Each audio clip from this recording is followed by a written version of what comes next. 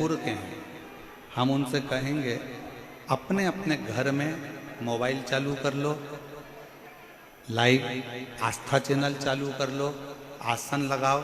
जैसे आप इस विद्याधर नगर स्टेडियम में कथा सुनते हो, वैसे ही अपने घर पर बैठकर बाबा की कथा का रस तत्व ग्रहण करो, जिससे तुम्हें उस कथा का आनंद अपने आप प्राप्त।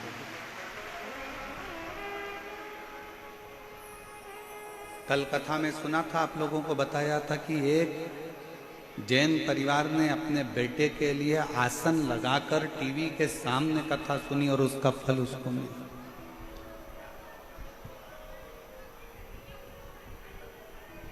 स्टेडियम की भी एक कैपेसिटी होती है और उस स्टेडियम के आसपास की भी एक कैपेसिटी होती है, पर शायद जयपुर में ये सोचा ही नहीं गया होगा कि इतना भीड़, इतनी पब्लिक क्या शिव महापुराण की कथा के इतने स्नेही, इतने प्रेम करने वाले शंकर के बसते हैं, जो भगवान शंकर की कथा में।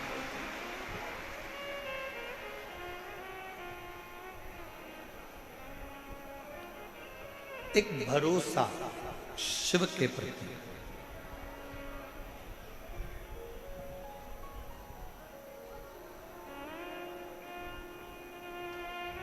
भगवान के पास में सारे अस्त्र हैं,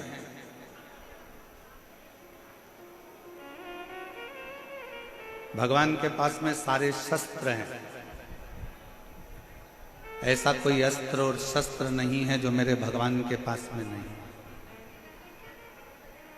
पर उन अस्त्र शस्त्र को पाने के लिए जैसे राम जी ने तप करा तो उनको पाशुपत्य अस्त्र मिल गया था, भगवान कृष्ण ने तप करा तो उनको पाशुपत्य अस्त्र मिल गया था। आप और हम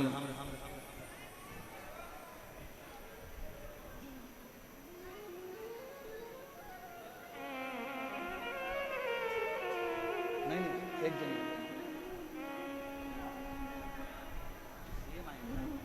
सोफा या सोफा लगवा दो।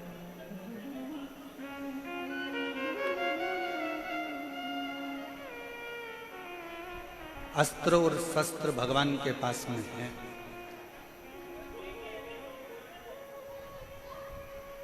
और भगवान के पास में जब सारे अस्त्र शस्त्र हैं तो बस भगवान से अस्त्र शस्त्र, जैसे राम जी ने तप करा, साधना करी, जैसे भगवान कृष्ण ने तप साधना करी और अस्त्र शस्त्र प्राप्त किया। आज कलयुग में, कलिकाल में आप और हम इतना तप और साधना नहीं कर सकते कि भगवान से अस्त्र शस्त्र प्राप्त कर सकें।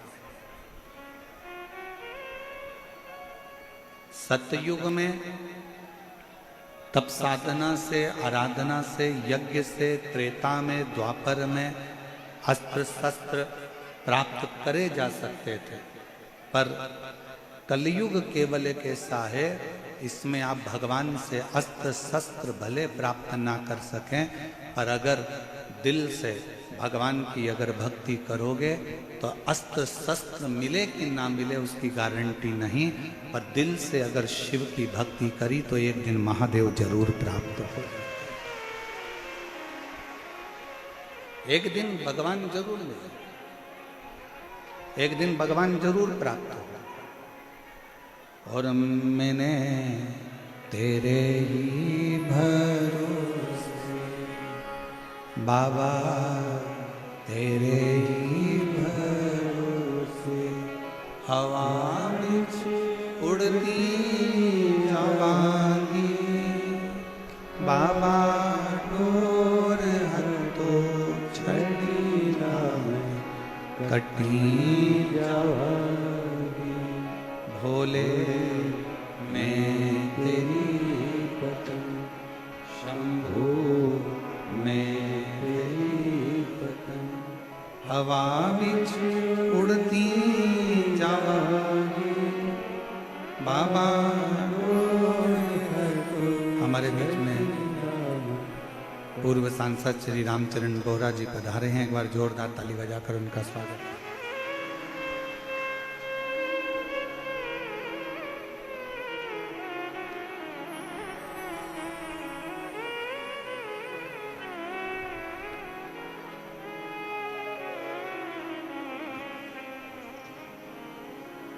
एक विश्वास,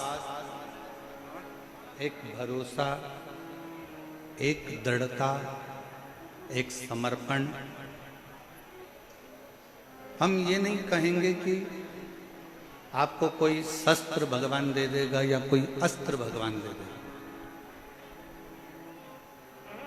महाभारत टीवी पर किस किस ने देखी है? हाथ उठाओ जरा, जिन्होंने महाभारत देखी हो टीवी पर। भगवान कृष्ण ने क्या करा? भगवान कृष्ण ने अपनी जितनी सेना थी वो कौरव को भी दे दी और पांडव को भी दे दी।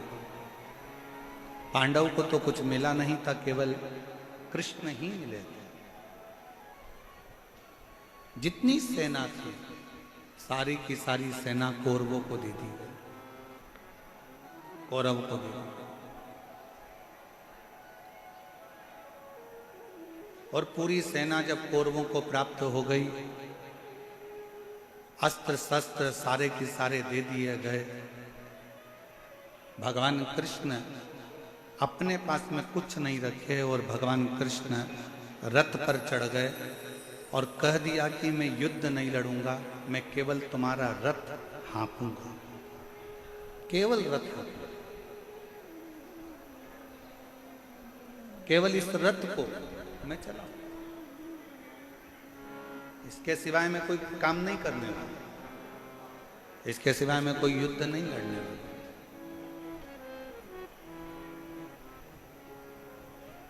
भगवान का काम यही है।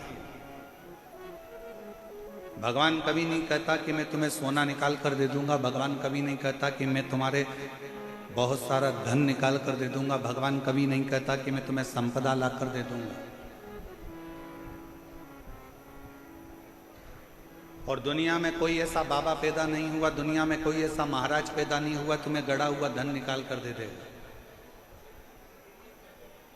भगवान कृष्ण गीता में वर्णन कर दिए अर्जुन से कि अर्जुन युद्ध तुझे लड़ना है, कर्म तुझे करना है, मैं केवल मार्गदर्शन करूंगा। और यह पक्का है अगर तू मेरे मार्गदर्शन पर चलेगा तो इन कौरवों के युद्ध में तुझे विजय प्राप्त करा कर। आप मेहनत ही ना करो और कहो कि मैंने तो अपनी पत्रिका दिखाई है, अपना हाथ दिखाया है, ज्योतिषों से पूछा है कि मेरे जीवन में तो दुख ही दुख है। अरे महाराज, थोड़ी मेहनत तो करो, थोड़ी कर्म की जागरूकता तो रखो, थोड़ा परिश्रम तो करो। और जब आपकी मेहनत, आपका परिश्रम जब आप करेंगे, आपका कर्म आप करेंगे तो उसका फल मिलेगा।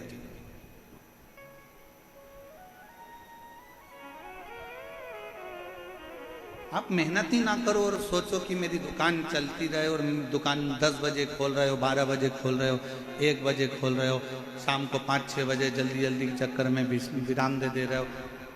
जितना परिवार से प्रेम करते हो, जितना पत्नी से प्रेम करते हो, जितना बच्चों से प्रेम करते हो, उतना अपने कर्म से भी प्रेम करो, अपनी मेहनत से भी प्रेम करो और अपने परिश्रम से भी।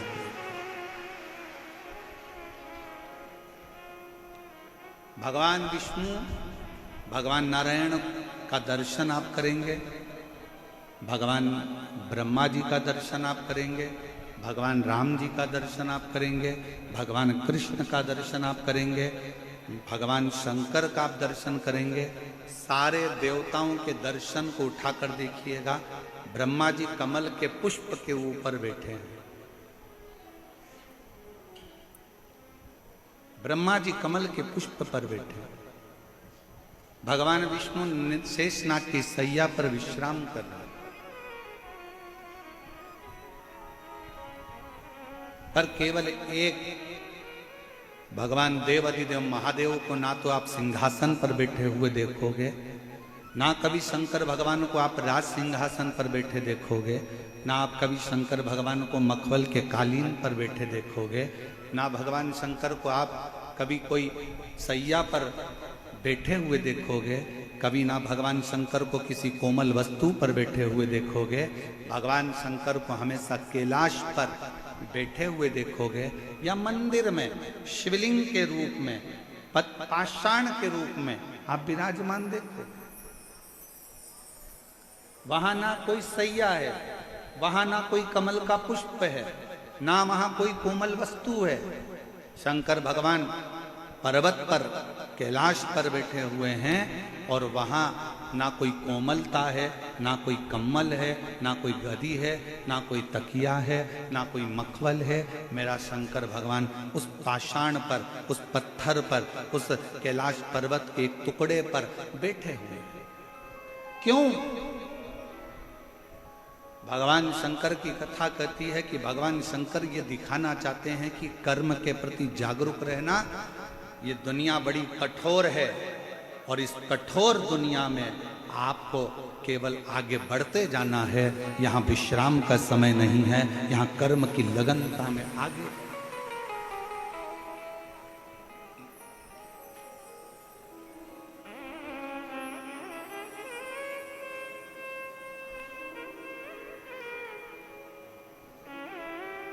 वो एक लाइन आप लोग गुनगुनाते हो कई बार, दुनिया बनाने वाले क्या तेरे मन में समाई तूने काहे को दुनिया।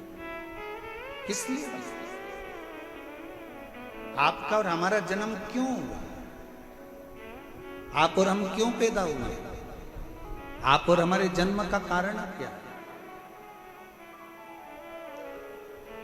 आप और हमारे जन्म का केवल एक कारण है कि पूर्व में जो हमने कर्म करा है उसका भोग भोगना, उसका भोग भोगना।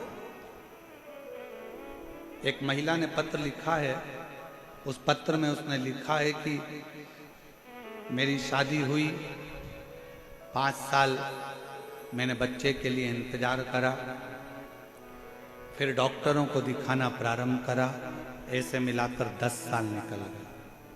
कितने वर्ष निकल गए? जम के बोलो जरा। 10 साल। 10 साल निकलने के बाद फिर आस छोड़ दिल्ली गई दिखाने के लिए, जयपुर गई दिखाने के लिए, बेंगलोर भी में गई, मुंबई भी में गई, टेस्ट बेबी भी करवाया।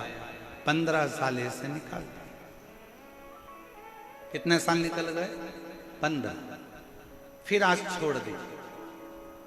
चलते चलते 20 साल निकल गए। 20 साल निकलते निकलते घर के लोग ताना देते कि तू तो बांझ है, तुझे औलाद नहीं हो सकती, तेरी औलाद नहीं पैदा कर सकती, तू बांझ है। 25 साल निकल गए, ताने सुनते सुनते सुनते सुनते, अपशब्द सुनते। 28 साल निकल गए, 29 साल निकल गए, 30 साल निकल गए। विचार करती रही अब किससे कहे। जब 28 साल शादी के निकल गए, तब उसने 28वें वर्ष में टीवी को चलाते चलाते उसने कहीं रिमोट से ढूंढती चलती शिव पुराण की कथा मिल गई और उसने दिल लगाकर सुनी और विचार करा कि अगली कथा कब आएगी। टीवी के सामने उस अगली कथा का इंतजार करती रही और अगली कथा टीवी के सामने अपने पति को साथ बिठाकर सुनती रही। शिव मंदिर जाती रही, शंकर के मंदिर में जाकर झाड़ू पोछा करने लगी कि अब मुझे 28 साल निकल चुके हैं, औलाद नहीं हो रही है और अब आप मुझे संभालो। तब शिव की कृपा ऐसी हुई कि 28 साल के बाद पशुपति व्रत का चौथा व्रत था और उसका गर्भ ठहर गया और 30 साल के बाद 28 से 30 साल के बाद उसके घर औलाद। पत्र देखिए।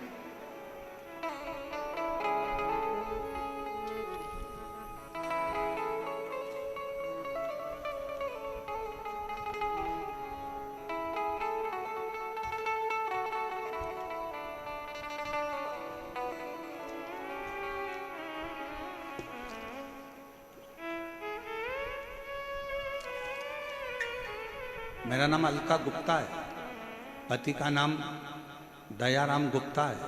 मैं अलवर राजस्थान से हूँ। कहीं बैठी हो तो हाथ हिला सकती हैं, कहीं बैठी हो तो हाथ हिला सकती हैं। और अगर आई हो बच्चे को लेकर तो आ सकती हैं। मेरे बाबा, मैं क्या वर्णन करूं शिव महापुराण की कथा का। जब सारे रास्ते बंद हो गए, 28 साल निकल गए, तब कौन आस करेगा कि औलाद भी हो सकती है। पर मेरे बाबा की कृपा से पहली बार मैंने टीवी को बदलते बदलते आपकी कथा को सुन लिया। कथा सुनकर मंदिर जाना प्रारंभ कर दिया, झाड़ू लगाती, पोछा लगाती। आपने ऑनलाइन पार्थिव शिवलिंग का पूजन कराया, वो करा, पशुपति व्रत करा, और पशुपति व्रत का ऐसा प्रभाव बना कि बाबा पशुपतिनाथ ने मुझे जून 2024 में 5वां ही पशुपति व्रत हुआ था, और बाबा की कृपा से मुझे पुत्र रत्न की प्राप्ति 28 साल 28 वर्ष। अब विश्वास, भरोसा, दृढ़ता, आपकी भक्ति, दो चीजें मूल है कि विश्वास और एक भक्ति, दो मूल।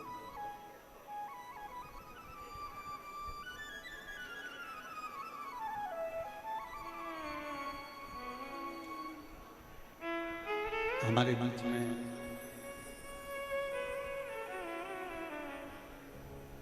माननीय विधायक महोदय जी भी, और साथ में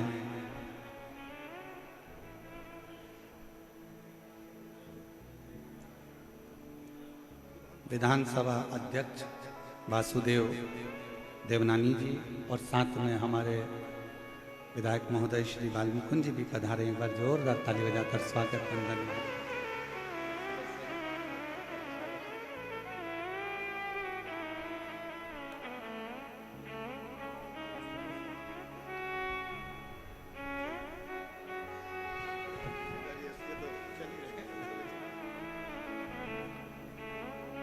एक बार जोरदार ताली बजाएं।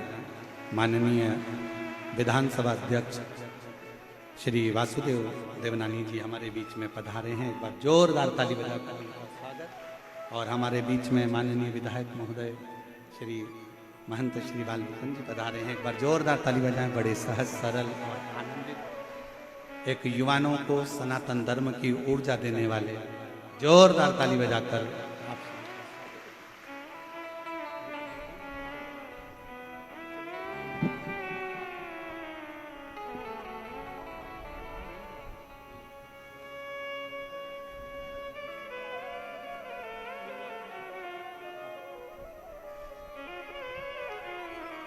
और शंभो शरणे पड़ी मांगो घड़ी घड़ी दुख काटो दया करीन दर्शन आपो। शंभो शरणे पड़ी मांगो दुख काटो दया करीन दर्शन आपो। शिव कथा कर रहे, एक विश्वास और एक भक्ति, दोनों। कितनी भी भक्ति कर लो, अगर विश्वास नहीं है ना तो उस भक्ति का कोई फल नहीं। दुनिया की चाहे कितनी भी भक्ति करो, माला पकड़कर बैठ जाओ, भजन करने बैठ जाओ, तुम्हारा मन करे वो करो, मंदिर चले जाओ, देवालय चले जाओ, शिवालय चले जाओ, तुम दुनिया की सारी भक्ति कर लो, पर जब तक तुम्हारे दिल में भगवान के प्रति विश्वास नहीं होगा तब तक भक्ति का कोई फल नहीं होगा। पहले नंबर पर है विश्वास। सबसे पहले नंबर पर है आपका विश्वास, आपका भरोसा, आपका विश्वास।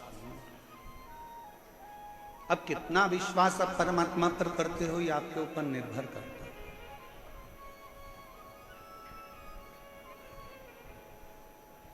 मेरी जीजियां जितनी बैठी हैं जयपुर की, और मेरे जीजा जितने बैठे हैं जयपुर के, ईमानदारी से बोलना, एक बच्चे के लिए आप कितने साल इंतजार कर सकते हो? 5 साल, 6 साल, 10 साल, 8 साल, 7 साल, 9 साल, 12 साल, क्या 30 साल तक बच्चे का इंतजार कर सकते हो? बोलो री जी हो, सही बताना ईमानदारी से। क्या 30 साल तक आप अपने बच्चों का इंतजार कि मेरी बहू के घर, मेरी लड़की के घर में बच्चा 5 साल, 10 साल, 8 साल, देवरानी क्या नहीं हुआ, ननन क्या नहीं हुआ, इतने साल नहीं हुआ, उतने साल, तो कितने साल इंतजार करते? 30 साल में कोई आस भी नहीं लगा सकता और भरोसा भी नहीं कर सकता कि औलाद होगी। 30 और 30 वर्ष बाद अगर भगवान, इसलिए फिर निवेदन करेंगे, जब शिव के मंदिर में एक लोटा जल चढ़ाने के लिए जाओ, 2 चीजें जरूर मांगना। बाबा, किसी स्त्री की गोद कभी खाली मत रखना और किसी पुरुष की जेब कभी खाली मत रखना।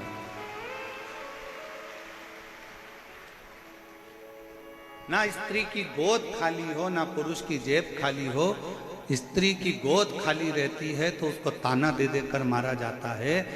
घर में लड़की का जन्म हो जाता है तो लोग ताना दे देते हैं। अभी तो पढ़ा लिखा जमाना है तो लोग ताना दे देते हैं कि लड़की हैं, 2 लड़की हैं, 3 लड़की हैं, लड़का नहीं है, ये नहीं है। इतना ताना सुना जाता है, इतना ताना सुना जाता है जिसका वर्णन नहीं। और देखा जाए,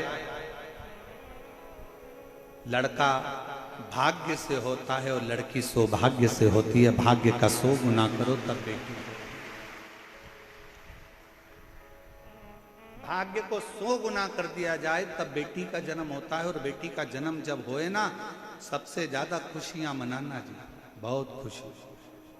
कितनी सुंदर शिव महापुराण की कथा कर रही है, जरा ध्यान करना। भगवान शंकर के घर में गणेश जी महाराज भी थे, भगवान शंकर के घर में षडानंद कार्तिकेय भी थे। पर जब भगवान शंकर अपनी लड़की का जब कन्यादान कर रहे थे, अभी आप लोग 11 मई से 17 मई तक गुमला झारखंड से शिव महापुराण की कथा जो 2 बजे से 5 बजे तक सुनोगे ना, उसमें आप कथा में सुनोगे शंकर भगवान ने अपनी 6 लड़कियों की जब शादी करी, जया, विषहरा, शामरीबारी, दौतली, देव, अशोक सुंदरी, भगवान शंकर ने जब अपनी 6 बेटियों की शादी करी तो कन्यादान में क्या दिया? शंकर भगवान ने जब अपनी बेटियों की शादी करी, कन्यादान। एक साधारण पिता अपनी बेटी के विवाह में क्या दे सकते? मैं निवेदन करूं, जितने श्रोता भाई बहन अगर आस्था चैनल पर इस कथा को सुन रहे हैं, यूट्यूब फेसबुक पर सुन रहे हैं, और आप सब पंडाल में बैठकर जयपुर की इस पावन प्रांगण में अगर सुन रहे हो, तो गुमला झारखंड में जो 11 मई से 17 मई तक कथा होने वाली है 2 बजे से 5 बजे तक, उसमें प्रत्येक बेटी उस कथा को जरूर सुनना, क्योंकि आप भी शंकर भगवान की बेटी हो। जब वो 6 बेटी का विवाह कर सकते हैं तो आप का भी कर सकते हैं। वो 6 बेटी के दामादों को निभा सकते हैं, 6 बेटी के परिवार को निभा सकते हैं, तो आपके परिवार को भी निभा सकते हैं। उस कथा का स्मरण करिए, उसको समझिए।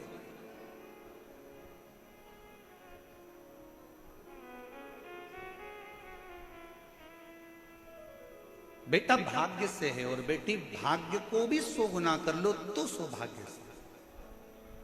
और कितना कितना कहे शिव महापुराण की कथा।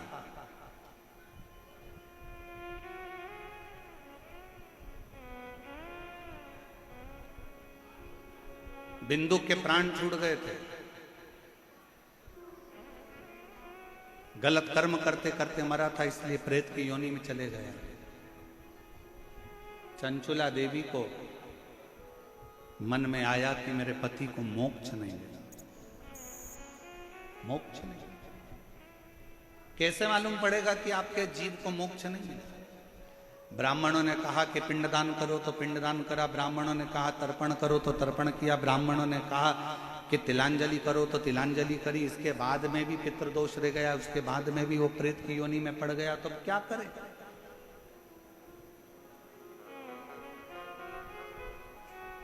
इसलिए सारी समस्या का हल जम के बोलो जरा, एक लोटा जल। बोल बम का नारा है, श्री शिवाय नमस्ते। इसलिए एक लोटे जल की महत्वता कही है। पति के लिए तिलांजलि कर दी, पति के लिए तर्पण कर दिया, पति के लिए सारा कार्य कर दिया। तुमने भी अपने पूर्वजों के लिए, अपने पितरों के लिए कितना कितना करा। ऐसा कोई नहीं है जिसने नहीं करा। कोई ने ब्राह्मण का भोजन कराया, कोई ने कुछ कराया, कोई ने कुछ कराया। उसके बाद भी अपनी पत्रिका लेकर जाओ, हाथ दिखाने जाओ तो भी लोग कह देंगे पितृ दोष है, इसलिए तकलीफ भोग रहे हो। फिर भी लोग कह देंगे कि पितृ दोष है इसलिए कष्ट भोग रहे। पर ना भाई, शिव महापुराण की कथा कहती है, एक बात अपने अंदर उतार कर रखना, अगर जीते जी अपने माँ बाप की, जीते जी अपने माता पिता की सुन लोगे, जीते जी अपने माँ बाप की जो पसंद का भोजन है वो बनाकर खिला दोगे, जीते जी उनका आदर कर लोगे, सम्मान कर लोगे, जीते जी उनका आदर सम्मान में लगे रहोगे, तो फिर मरने के बाद तुम्हें पूड़ी भजिया पकोड़ा खीर खिलाने की जरूरत नहीं पड़ेगी। वो जीते जी ही कर। आप और हम आज के समय में माँ बाप का सम्मान जीते जी नहीं कर पाते, माता पिता का आदर नहीं कर पाते, सत्कार नहीं कर पाते, और उसी का भोग बाद में भोगना पड़ता है कि हम लोग दुखी हो जाते हैं। वो कितना सुंदर गीत किसी ने गाया है, कभी प्यासे को पानी पिलाया नहीं, बाद अमृत पिलाने से, जम के बोलो जरा, अमृत पिलाने से, कभी गिरते हुए को उठाया नहीं, बाद आंसू बहाने से। क्या मैं मंदिर गई, पूजा आरती की, कभी माँ बाप की सेवा करी ही नहीं, फिर पूजा रचाने से कौन सा लाभ?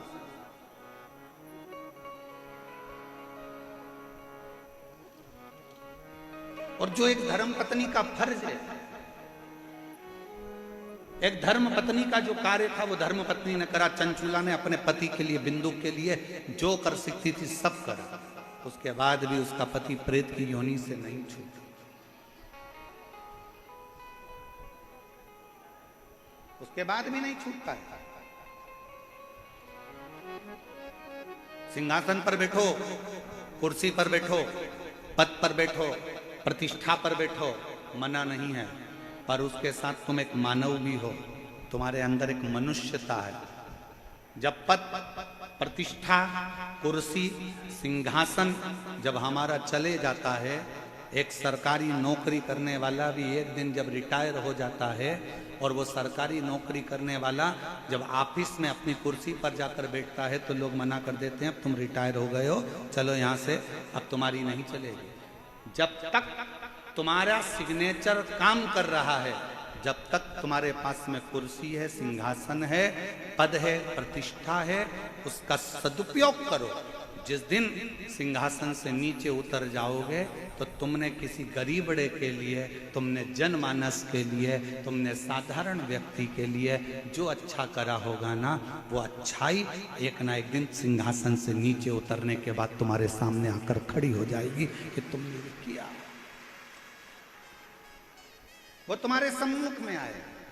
हिम्मत बुरे कर्म कर बंदे, वरना पछताएगा, भगवान की आंखों से तू बच नहीं पाएगा, तू बच नहीं पाएगा। अरे ओ अज्ञानी मत करना, अरे ओ अज्ञानी मत करना, तेरे कर्म का फल भी तू ही पाएगा, जैसा किया तूने तेरे आगे आएगा। मत बुरे कर्म कर बंदे, वरना पछताएगा, भगवान की आंखों से तू बच नहीं पाएगा, तो बच नहीं पाएगा। सबसे पहले आप मानव हो, आप मनुष्य हो। दिया किसने? आपकी लगन ने, आपकी मेहनत ने, आपके परिश्रम ने, आपके कर्म ने आपको सिंहासन पर ले जाकर बिठा दिया। आपकी लगनता ने बिठाया है, आपके परिश्रम ने बिठाया। कल कथा में एक बात कही थी, भेरू नाम के बहुत सारे लड़के होंगे, लीलाबाई नाम की बहुत सारी महिलाएं होंगी, एक ही दिन जन्मे होंगे, एक ही वार को जन्मे होंगे, एक ही तिथि को जन्मे होंगे, एक ही समय में जन्मे होंगे। भारत की भूमि पर ही क्या पूरे विदेश में एक घड़ी में, एक पल में लाखों बच्चे, हजारों बच्चे एक दिन में जन्म लेते हैं। पर ईमानदारी से बोलो, सबका भाग्य एक जैसा होता है क्या? जम के बोलो जरा। नहीं, एक जैसे नाम वाले ढेर होंगे, एक जैसे नाम वाले बहुत होंगे, पर सबका भाग्य उसी समय पर जन्मा था, तो इसको भी फिर ऊंचे सिंहासन पर बैठना था। मालूम पड़ा उसी पल, उसी घड़ी, उसी क्षण में जन्मा है जिस समय पर तुम जन्मे हो। उसके बाद तुम सिंहासन पर बैठे हो, वो धक्के खा रहा है, वो झोपड़े में पड़ा है, वो कहीं छोटा मोटा काम कर कर अपनी जिंदगी जी रहा है। क्यों? पूछो किसी से कि वो सिंहासन पर बैठ गया जो सोमवार को जन्मा, 12 बजे जन्मा, वो भी 12 बजे जन्मा, वो भी सोमवार को जन्मा, वो भी 3 तारीख को, वो भी 3 तारीख को, वो भी नक्षत्र में, वो भी नक्षत्र में, वो भी घड़ी में, वो भी घड़ी में, सब एक साथ जन्मे, तो फिर एक सिंहासन पर बैठ गया और एक धक्के खा रहा है। उसका कारण क्या है? अर्थात शास्त्र कहता है समय नहीं, तुम्हारा पूर्व का किया गया कर्म तुम्हें सिंहासन पर पहुंचाया है, और तुम्हारा पूर्व का किया गया कर्म तुम्हें नीचे लाकर छोड़। नाम एक जैसा है, समय एक जैसा है, घड़ी एक जैसी है, पल एक जैसा है, सब कुछ एक जैसा है, पर आपका कर्म, कर्म मूल है। हम फिर निवेदन करेंगे, शंकर के मंदिर में जल चढ़ाने से पहले तुम्हारे अंदर विश्वास होना चाहिए, और विश्वास के साथ में तुम्हारी लगनता होना चाहिए। तुमने सोच लिया कि मैं सीए बनूंगी, अब भले एक बार फेल हो गई कोई बात नहीं, एक बार एक सेम नहीं निकला कोई बात नहीं, दूसरा नहीं निकला कोई बात नहीं, मेहनत कर, परिश्रम कर, खूब पढ़, खूब अध्ययन कर, जितना परिश्रम कर सकते हो उतना करिए, रात दिन एक कर दो, अच्छे से अच्छे अध्ययन करो, जितनी अच्छी कोचिंग कर सकते हो उतनी अच्छी कोचिंग करो, और अपने अंदर विश्वास पैदा करो कि मैं सीए बनकर रहूंगी, मैं डॉक्टर बनकर रहूंगी, मैं कलेक्टर बनकर रहूंगी। तो एक दिन कलेक्टर के सिंहासन पर तुम बैठ गए। अब तुम अंदर से टूट गए, मैं मम्मी मेरा एक सेम नहीं निकला, अब मैं एग्जाम नहीं दूंगी। क्यों नहीं दोगी? करो मेहनत, करो। एक पत्र है, देखिए,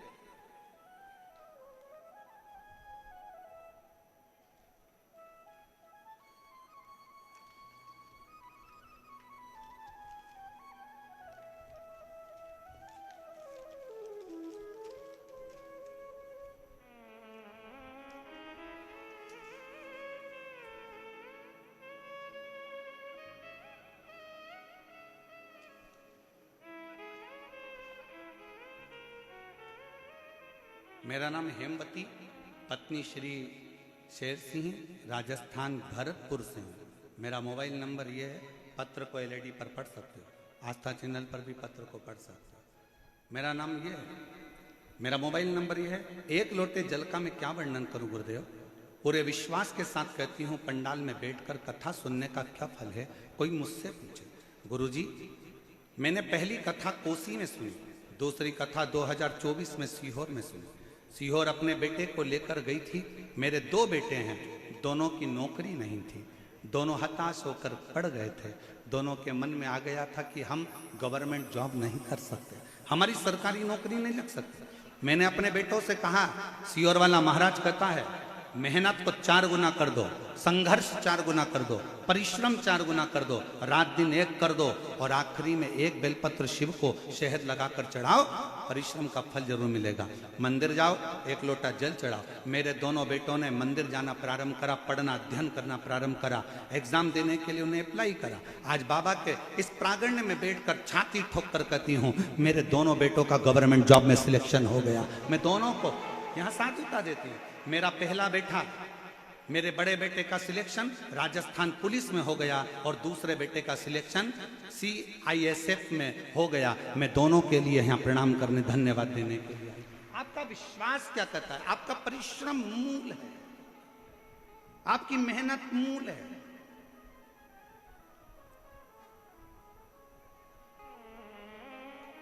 मंदिर में दीप जलाओ ना जलाओ कोई बात नहीं है, पर किसी का दिल ना दुखाइए।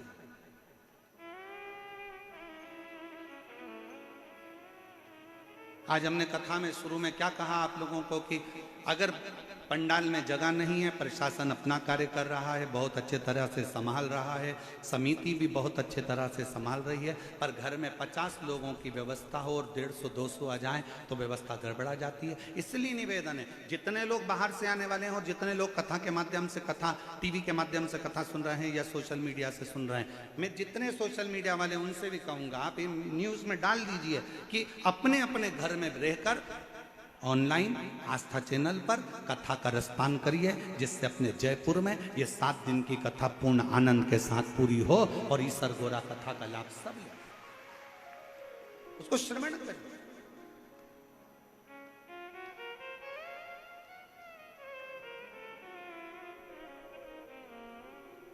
शायद किसी को नहीं मालूम था कि इस पिंक सिटी की शिव महापुराण की कथा वास्तव में पिंक सिटी जैसी हो जाएगी। किसको मालूम कि इतना जन समुदाय, इतना अपार समुद्र शिव भक्तों का पहुंच जाएगा। लिए बेग ताने ताने, शायद ये नजारा आपको कहीं देखने को नहीं मिला होगा जो शिव महापुराण की कथा में देखने को मिला। अपने अपने घर से श्रवण करो, ऑनलाइन श्रवण करो, आस्था चैनल पर श्रवण करो, नई जगह है, उसको सुन। विश्वास, भरोसा, आपकी दृढ़ता और आपके कर्म की लगनता आपको फलीभूत करेगी। कितना भी किसी को हाथ दिखा लेना, उसका नाम काल अधिपति है। समय उसने बनाया है, नक्षत्र उसने बनाया है, घड़ी उसने बनाई है, पल उसने बनाया है, उसका नाम काल अधिपति महाकाल है। महाकाल का मतलब क्या? जिसने काल बनाया। अब फिर निवेदन जो हमने पहले कथा में कहा था, आज फिर कह रहे हैं, तुम्हारी घड़ी खराब हो गई, कपड़े वाले की दुकान पे जाके सुधर जाएगी क्या? अरे जम के तो बोलो, उधर से आवाज आना चाहिए, सुधर जाएगी? नहीं। घड़ी खराब हो गई, बर्तन वाले की दुकान पर ले जाओ, सुधर जाएगी? इधर वाले बोलो जम के जरा, नहीं सुधरेगी। घड़ी को कहां ले जाना पड़ेगा? घड़ी वाले की दुकान पर। और घड़ी वाला है कौन?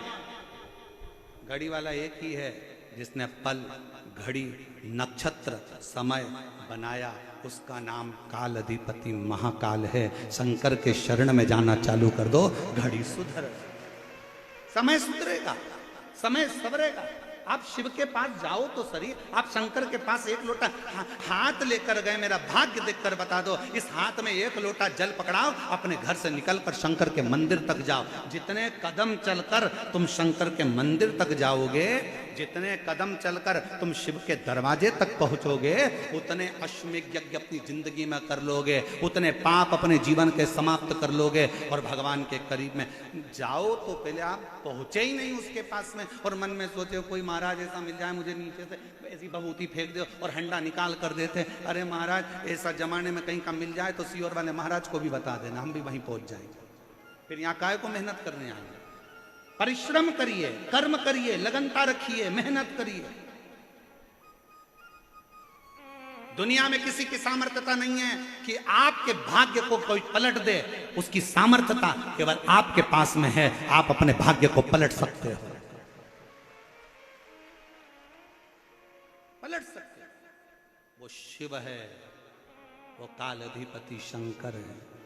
अपने भक्तों का दुख वो देख नहीं सकता है, दुख नहीं देख सकता है, इसीलिए तो उसने कथा के पहले दिन पानी गिरा दिया, ठंडा कर दिया, दूसरे दिन भी छाया बना कर रखा, तीसरे दिन भी छाया बना कर रखा। वो शंकर है, मेरे शिव भक्त रोडों पर बैठे हैं, उसके लिए छाया मुझे करना, कौन करेगा?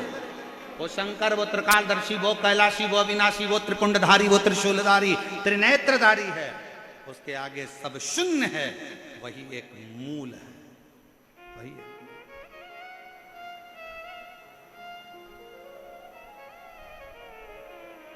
आप कितना भजन कर रहे हैं शिव का?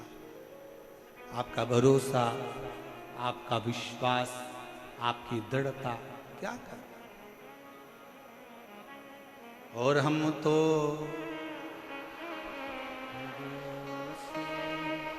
चलते हैं, हम तो बाबा के भरोसे चलते हैं। हे जयपुर की जीजियों, मेरे जयपुर के जीजाओं, मेरी बेटियों, बेटाओं, मेरी माताओं, मेरे भाई, मेरे पिता तुल्य बुजुर्ग, सब बोलो, हम तो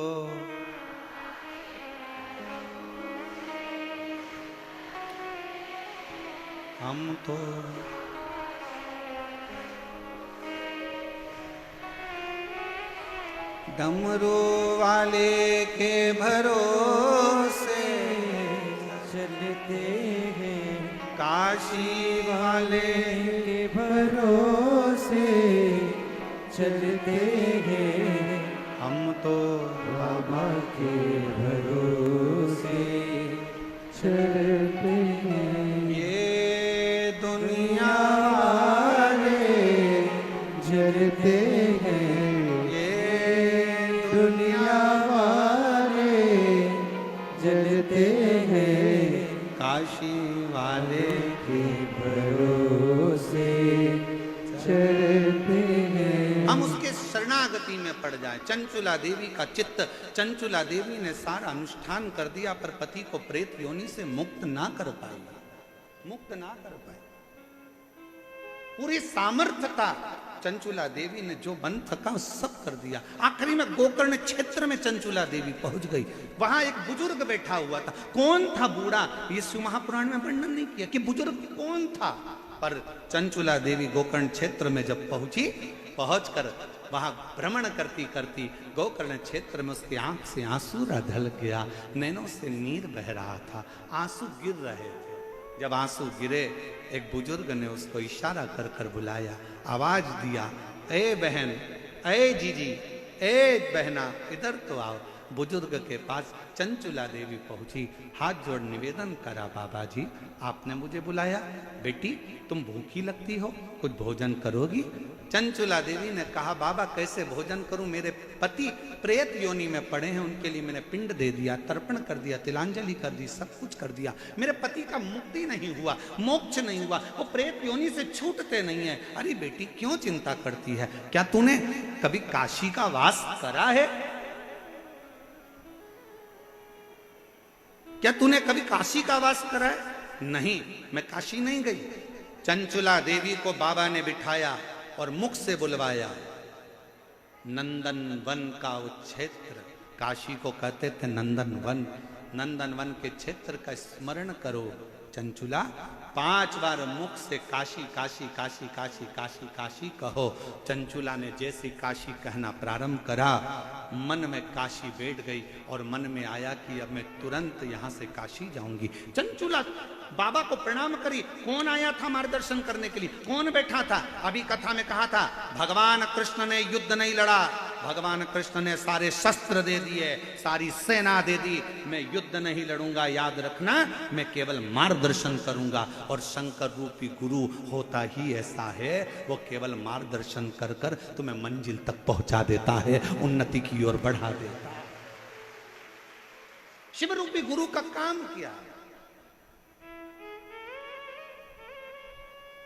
वो मार्गदर्शन करेगा। एक पत्र है, देखिए,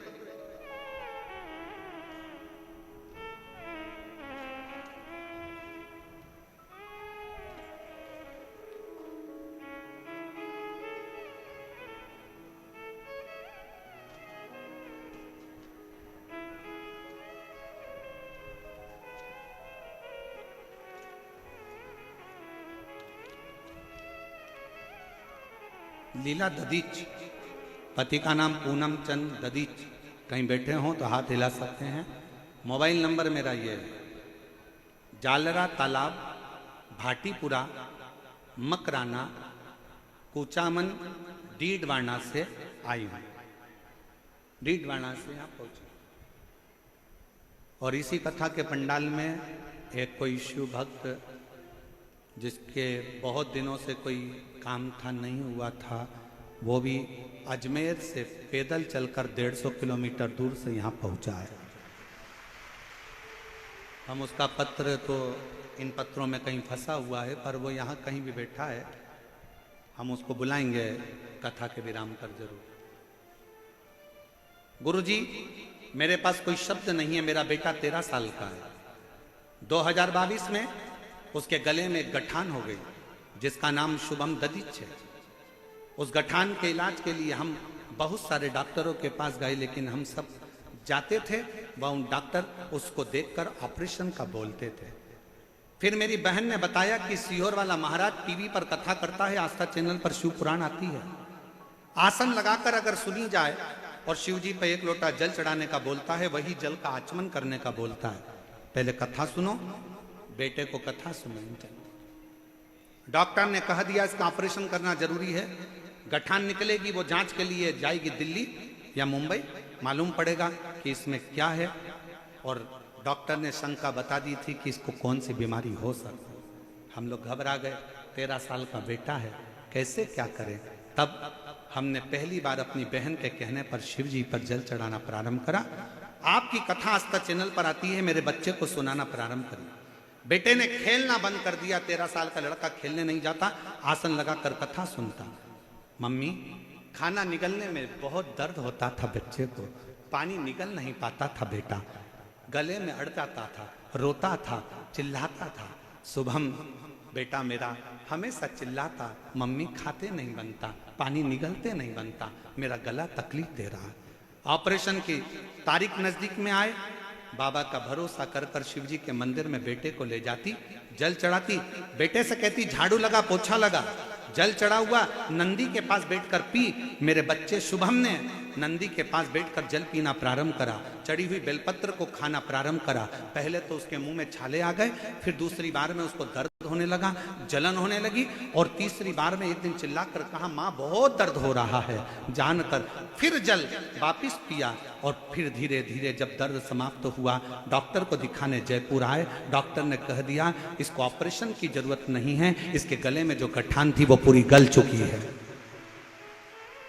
इसके गले में जो गांठ थी वो पूरी गल चुकी है, अब इसको ऑपरेशन की जरूरत नहीं है। शिव तत्व किसको कहते हैं? आपका विश्वास मूल है, सर्वप्रथम है आपका भरोसा। आज यहाँ किसके भरोसे पर आए? सीहोर वाले महाराज के भरोसे पर, समिति के भरोसे पर, किसी दूसरे के भरोसे पर नहीं।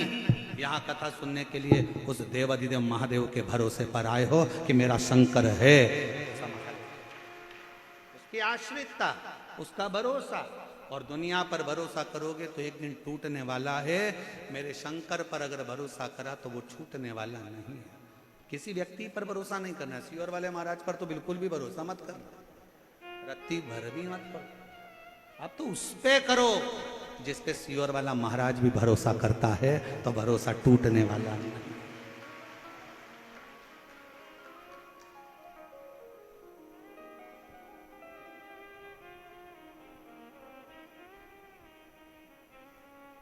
तेरी कृपा का क्या है भरोसा, कब किस पर हो जाए जरा पर कर दो, ओ जरा सी हम पर कर दो। जिस पर भी हो गई। हम गाएंगे नहीं, बैठे बैठे बोले, जरा तुम्हारी आवाज यहाँ तक आना चाहिए हो। तेरी कृपा का क्या है भरोसा, कब किस पर हो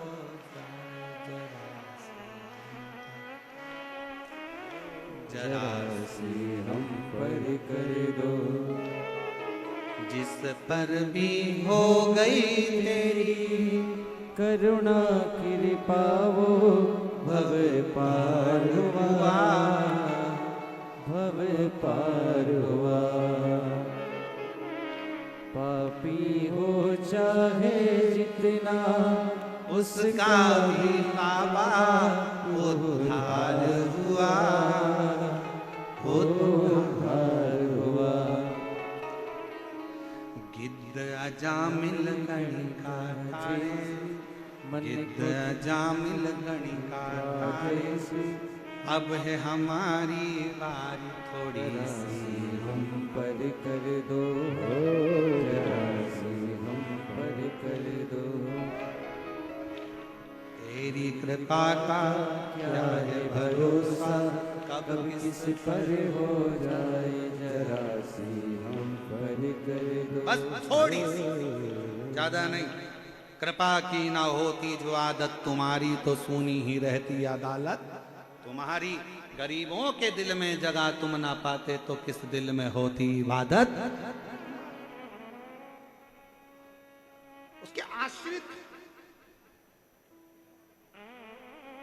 आज एक बात कहना चाहेंगे, जयपुर की इस धरा पर जब कथा लेने के लिए सीहोर में ये समिति आई थी ना, तो उन्होंने कहा था कि गुरुजी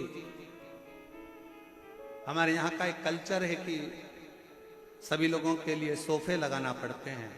हमने कहा कितने भी लगा लो, एक दिन पूरे हटाना पड़ते हैं, ये निश्चित है।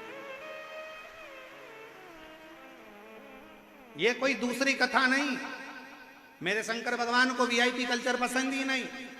सब देवताओं की शादी में देवता गए थे, शंकर की शादी में रुद्रगण और डाकनी पिशाचिनी चुड़ैल और भूत गए। भयंकर। लोगों को समझ में ही नहीं आता, यहां से रोको दूसरी जगह से घुस जाते हैं। भूतों को पता थोड़ी ना होता है कि कहां से जाना है। उसको तो एंट्री गेट भी नहीं मालूम और एग्जिट भी नहीं मालूम। उसका तो बस मन है हम तो बाबा के भरोसे। उसको ज्ञात ही नहीं है कि कहां से, चलो उधर से जाना, उधर गए तो क्या उधर से जाना, उधर गए तो क्या उधर से जाना, उधर गए तो क्या उधर से जाना। अब उसने सोच लिया किधर से जाना, अब हमको मालूम है, अब हमको मालूम है किधर से।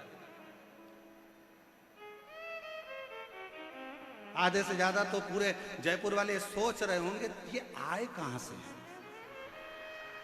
इनको देख देख कर आधा टेंशन है कि आए कहां से, कहां से आ गए।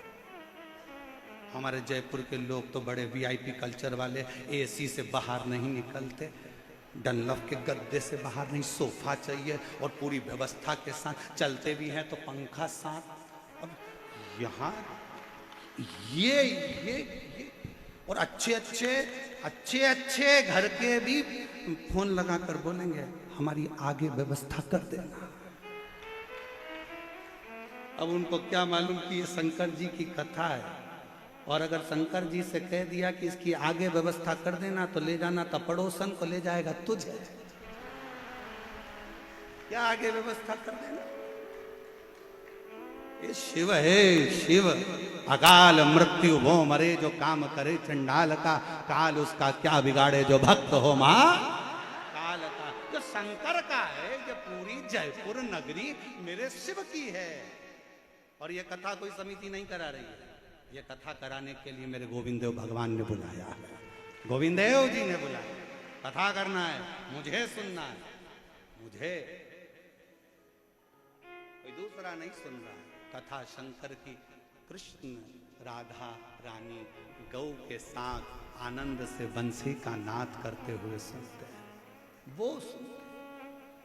चंचुला देवी काशी पहुंच गई। काशी में जाते से मार्गदर्शन कौन करे चंचुला को, तो मार्गदर्शन करने वाला तो केवल देवादिदेव महादेव बुजुर्ग का रूप रखकर बैठ गए। भगवान का काम ही यही है, मार्गदर्शन करना, आपको बताना कि आपको कैसे जीवन में जीना है, कैसे आगे चलना है, कैसे अपनी जिंदगी की दिनचर्या को जीना है। और बहुत ध्यान रखना, आज की कथा भले 1 बजे से 4 बजे तक हो गई, कल की कथा का समय 2 बजे से 5 बजे तक रहेगा, टीवी पर भी और कथा स्थल पर। एक आनंद के साथ जियो, एक आनंद के साथ। महाराज,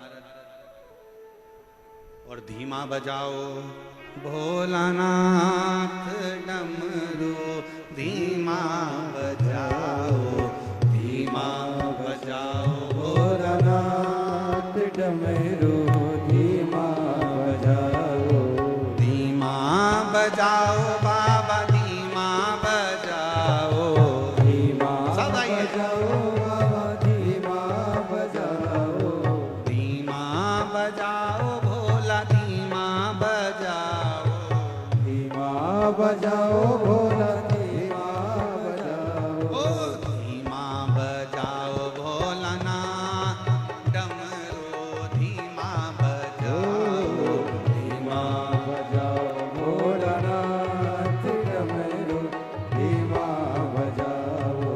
डमरू की धुन सुन के ब्रह्मा जी सुन के ब्रह्मा जी आए। ब्रह्मा जी आए संग ब्रह्माणी को लाए। ब्रह्मा जी आए संग ब्रह्माणी को लाए। अरे धीमा बजाओ भोलानाथ डमरू धीमा धीमा बजाओ भोलानाथ डमरू धीमा बजाओ। शंभो।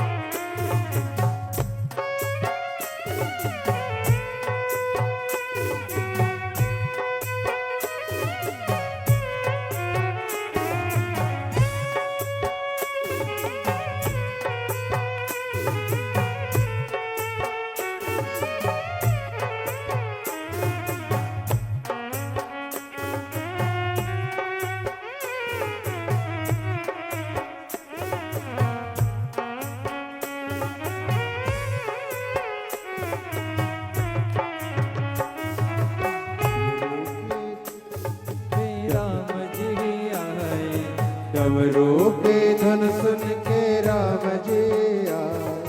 राम जी आए संग सीता को लाए। राम जी आए संग सीता को लाए। धीमा बजाओ भोलेनाथ डमरू धीमा बजाओ। धीमा बजाओ भोलेनाथ डमरू धीमा बजाओ। धीमा बजाओ भोला धीमा बजाओ। धीमा बजाओ भोला धीमा बजाओ। धीमा बजाओ भोला धीमा बजाओ।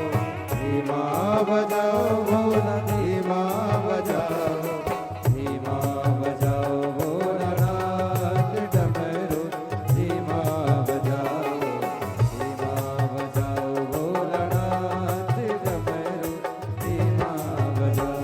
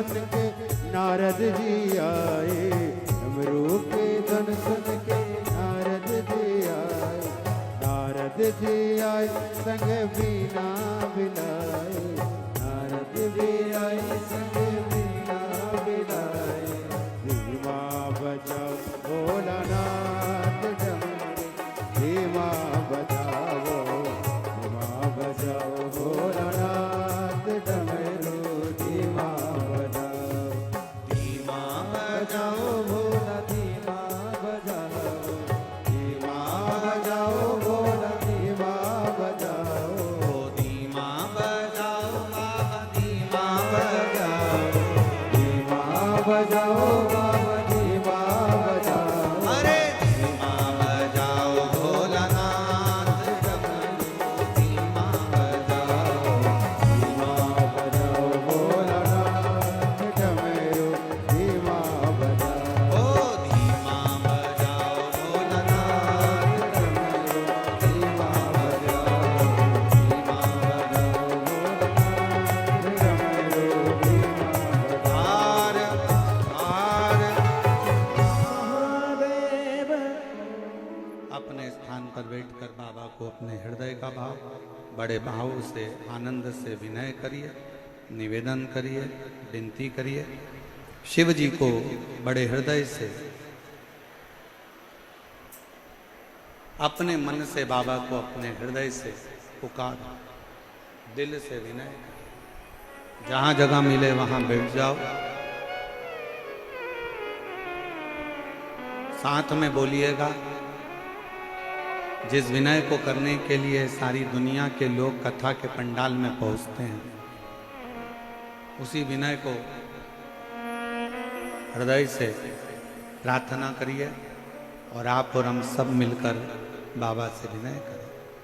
आपकी आवाज़ व्यासपीठ तक आए, व्यासपीठ और आपकी आवाज़ शिव तक जाए, इस भाव से विनय करिए।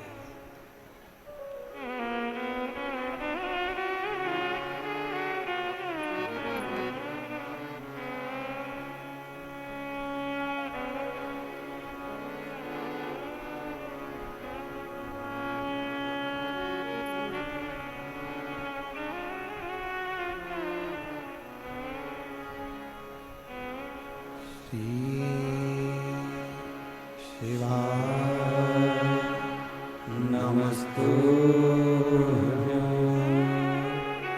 श्री शिवाय नमस्तुभ्यं, श्री शिवाय नमस्तुभ्यं, श्री शिवाय नमस्तुभ्यं, श्री शिवाय नमस्तुभ्यं, भोला सब दुख काटो हमारा, ओ भोला सब दुख काटो हमारा, शिव शंकर जपो तेरी माला, भोले बाबा जपो तेरी माला, भोला सब दुख काटो हमारा, ओ भोला सब दुख काटो हमारा, वेश मंगल मंगलकारी, वेश मंगल मंगलकारी, शमशान है वासी हमारा, शमशान वासी हमारा, भोला सब दुख काटो हमारा, ओ भोला सब दुख काटो हमारा।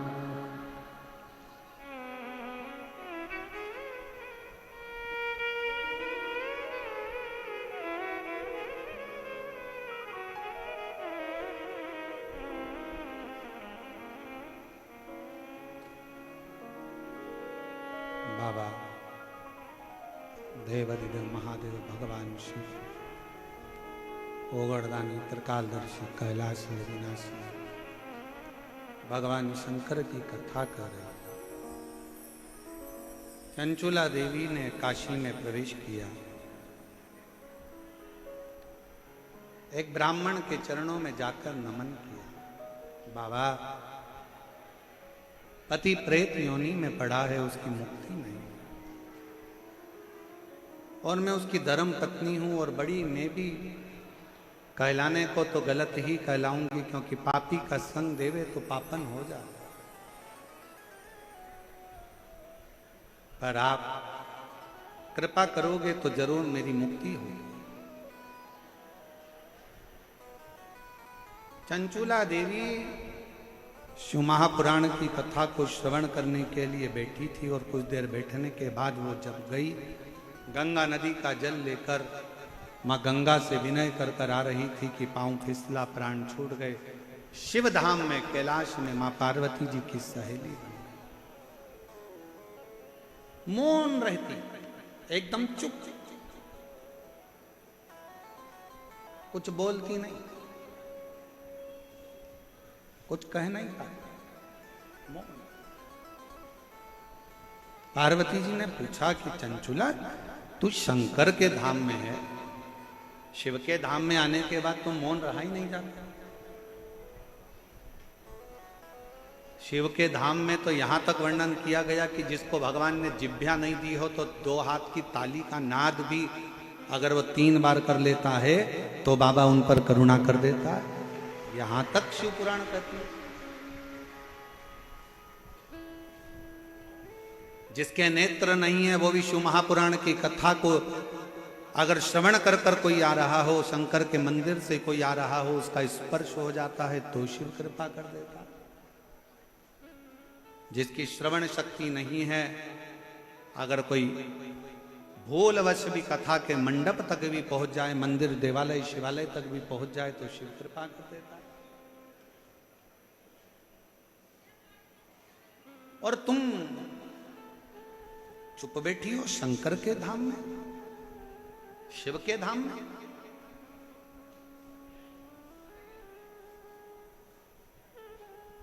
एक बहन का पत्र आया, अभी हमने देखा उसको खोलकर। उस पत्र में उस बहन ने जयपुर की रहने वाली है शारदा सोनी, पत्नी ओम प्रकाश सोनी। मेरी बेटी मोनिका सोनी, जिसका एक्सीडेंट 14 फरवरी 2020 को हो गया। 14 फरवरी 2020 में इसका एक्सीडेंट हुआ था मोनिका का। तब से ये कोमा में थे। टीवी पर आपकी कथा सुनी और किसी ने बताया कि अगर पंडाल में कथा का रसतत्व ग्रहण किया जाए तो फल जरूर मिलता है। पर हमारी बेटी तो 2020 से कोमा में पड़ी थी, अब उसको कैसे ले जाते? मालूम पड़ा कि रतनगढ़ में कथा हो रही है। हम हमारी बेटी को रतनगढ़ कथा में ले गए, एम्बुलेंस बुलवाई, डाला, लेकर गए। इतना भीड़ था, प्रणाम किया। कथा थोड़ी सी वो कोमा में पड़ी पड़ी क्या सुनी। बेलपत्र मांगी व्यासपीठ की, दी।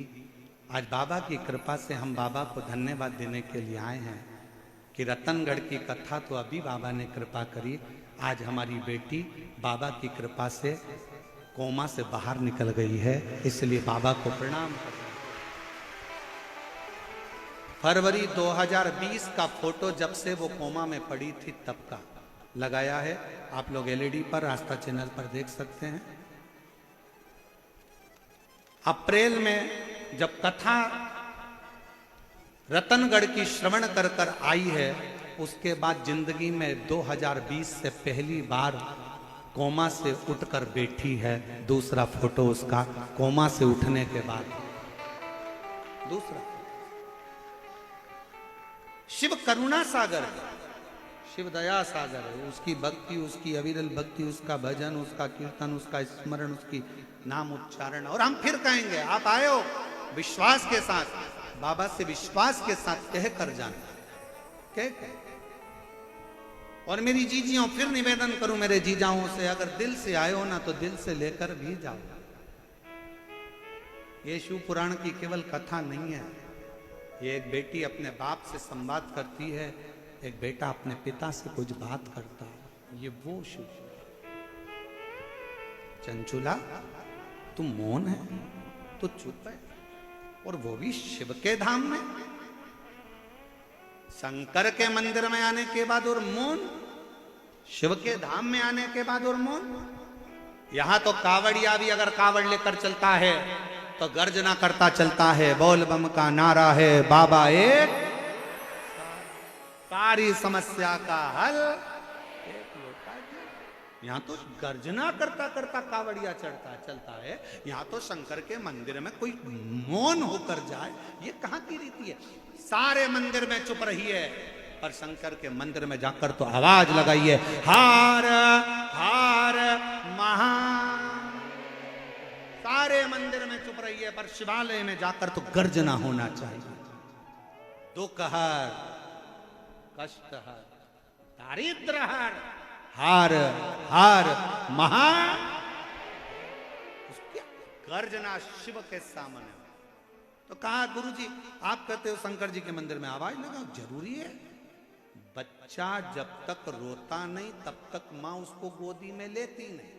बच्चा जब तक रोता नहीं, माँ जब तक गोदी में लेती नहीं, और गोदी में लेती नहीं तो दूध पिलाती नहीं। इसलिए भगवान के मंदिर में जाकर जब तुम आवाज लगाओगे, शंकर जी को लगेगा मेरी औलाद आ गई है, बहुत दिन से चिल्ला रही थी, आज सामने आकर खड़ी हो गई है।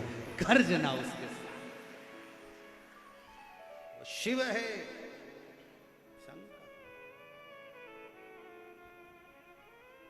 सब दूर चुप रही है, पर शंकर के मंदिर में तो जाकर आवाज अलग जगाओ, नगाड़ा बजाओ, डमरू बजाओ, और अगर कुछ भी नहीं कर सकते तो 3 बार ताली बजाओ, और वो भी नहीं कर सकते तो बम बम बोले, हार हार गर्जना शिव के मंदिर में होना चाहिए। क्यों डरे किसी से?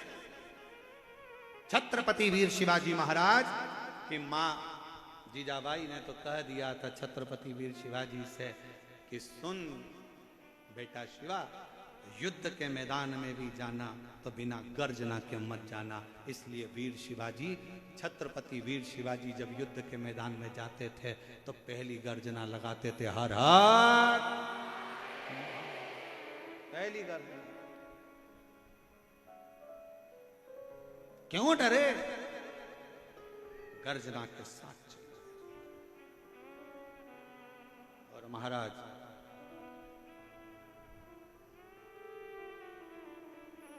एक सच्चे भक्त की सबसे बड़ी परीक्षा ही एक है,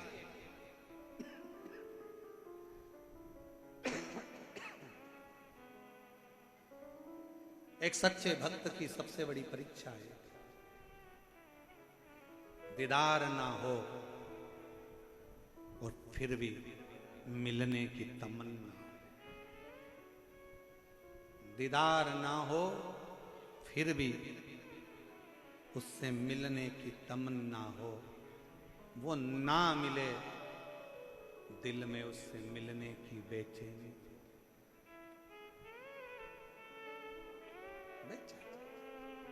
ऐसे कई शिव भक्त हैं जो पंडाल में भी नहीं पहुंच पाते, देख भी नहीं पाते, मिल भी नहीं पाते।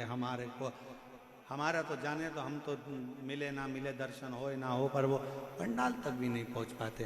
पर ऐसे कई शिव भक्त हैं जब आप यहाँ से निकल कर जाते हो, आपके मुख का दर्शन भी कर लेते हैं तो उनको लगता है कि हमने पंडाल का दर्शन कर लिया, हमने शिव तत्व को प्राप्त। और मेरे भोले तेरा सहारा है, मेरे भोले तेरा सहारा है, मेरी नैया का तू किनारा है, मेरी नैया का तू किनारा है। मेरे बाबा तुझे पुकारा है, मेरे बाबा तुझे पुकारा है,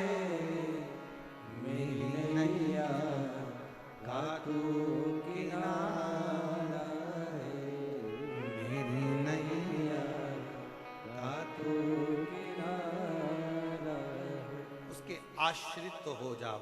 चंचुला तू और शंकर के मंदिर में, शिवालय में, कैलाश पर चुप बैठी है, ये कहां की रीति है? शिव का भक्त गर्जना करता है, गर्जना। नंदी का दर्शन किस किस ने करा है शंकर जी के मंदिर में? जम के हाथ उठाओ जरा, दिखना तो चाहिए। नंदी का दर्शन करा है शिव जी के मंदिर में? ठीक है। नंदी जी के गले में घंटी का दर्शन करा है? अरे बोलो तो जम के, आओ। ठीक है।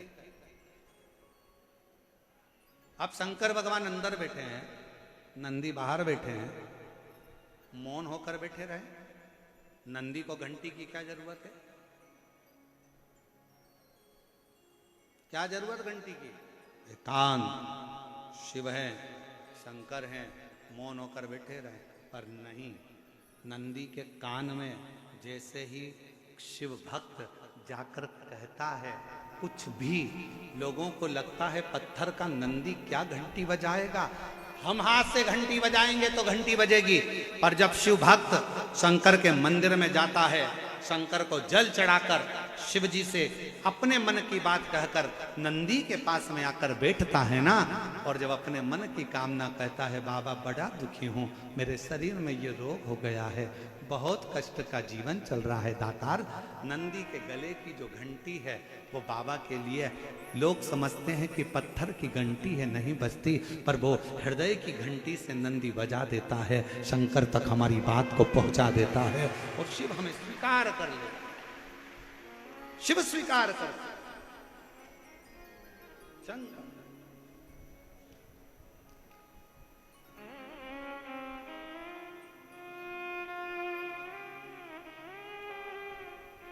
भगवान शंकर उसको स्वीकार कर रहे थे। जाओ नंदी के, जब शंकर के मंदिर में जाओ, शिव जी के शिवालय में जाओ, शंकर के पास में जाओ, मेरे देवाधिदेव महादेव के नजदीक में जाओ, तो नंदी का भी दर्शन बहुत जरूरी है। अगर नंदी का दर्शन हो गया तो बहुत अच्छी बात है। नंदी के पास पहुंच भी गए, नहीं भी पहुंचे तो नंदी के नजदीक से अगर निकल कर भी चले गए, अपने हृदय का बात कहते कहते नंदीश्वर से प्रणाम करते हुए कहकर जाए। और हम तो फिर कहेंगे हृदय से, जिनके गर्भाश संतान की भी अगर प्राप्ति नहीं है और बहुत बहुत साल भी हो जाए ना, बहुत बहुत साल भी हो जाए, तो निवेदन करेंगे शिव जी पर चढ़ा हुआ जल, बेलपत्र, नंदी के पास बैठकर, और सफेद आंकड़े की जड़ का जो प्रयोग है वो जरूर करो, और नंदी के पास बैठकर 2 क्षण बाबा से प्रार्थना जरूर करो कि भोला सब दुख काटो, ओ भोला सब दुख काटो, शिव शंकर जप तेरी माला, भोले बाबा जप तेरी माला, ओ भोला सब दुख काटो हमारा। थोड़ी देर नंदी के पास बैठ गए, उससे उच्चारण करा, श्री शिवाय नमस्तु, श्री शिवाय नमस्तु, श्री शिवाय नमस्तु, श्री शिवाय नमस्तु, श्री शिवाय नमस्तु, श्री शिवाय। दिल से आप नंदी के पास बैठकर भी उसको पुकार सकते, उससे कह सकते,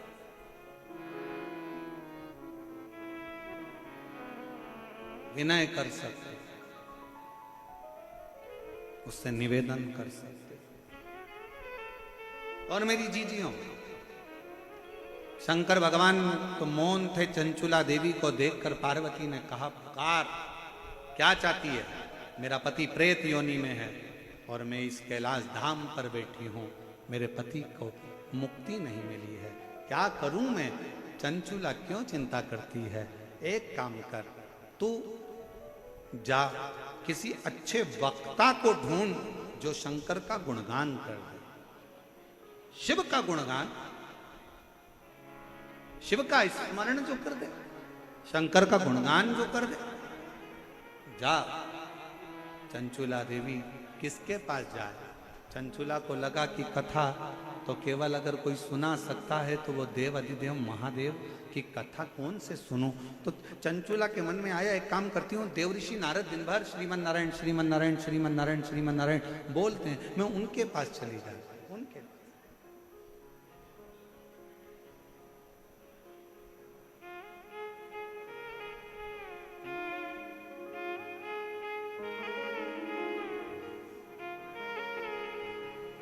हमारे बीच में श्रीमती कुसुम जी यादव, यहाँ की महापौर जयपुर क्षेत्र की, एक बार जोरदार ताली बजाकर उनका स्वागत, वंदन, अभिनंदन।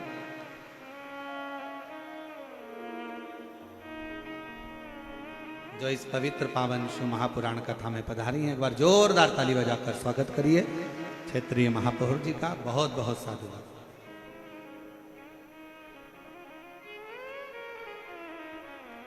शिव से कहो, शंकर से कहो, विनय करो, निवेदन, और तेरा ही दिया खाया पिया तेरा शुक्रिया, तेरा शुक्रिया, मुझे भोले बाबा ने बहुत दे दिया, तेरा शुक्रिया है, तेरा शुक्रिया है। जितना बन सकता है विनयता में लिखा। चंचुला जाओ। चंचुला देवी पहुंची देवऋषि नारद जी के पास। नारद जी तो बैठे हुए वीणा लेकर भजन कर रहे थे, श्रीमन नारायण श्रीमन श्रीमन बोल, और नारायण श्रीमन नारायण नारायण श्रीमन नारायण। नारद जी लगे थे भजन में, स्मरण में डूबे हुए, नाम कीर्तन में डूबे हुए। चंचुला देवी ने हाथ जोड़कर प्रार्थना करी, प्रणाम करा, देवऋषि नारद मैं आपको नमन करती हूँ। नारद जी ने कहा, तुम कौन? उस बिंदुक की धर्म पत्नी जो प्रेत योनि में पड़ा हुआ है, जिसकी मुक्ति नहीं हुई, जिसका मोक्ष नहीं हुआ, तुम उसकी धर्म पत्नी और मेरे सम्मुख में खड़ी हो, तुम जानती हो मैं कौन हूं? चंचुला देवी मुस्कुराकर बोली, मैं जानती हूं तुम देवऋषि नारद हो। देवऋषि मैं अच्छे से जानती हूं, ऋषिवर आप ही हो जो मुझे भगवान की कथा सुना सकते हो। नारद जी मुस्कुराकर बोले, मैं क्या कथा सुनाऊं, मुझे तो खुद श्राप लगा है कि एक जगह पे नहीं बैठ सकता। चंचुला देवी ने पूछा कि तुम्हें श्राप लगा है, एक जगह पे नहीं बैठ सकते? नहीं, ऐसे कई लोग होते हैं संसार में जिनको श्राप लगा होता है, वो कथा में बेचारे बैठ ही नहीं पाते।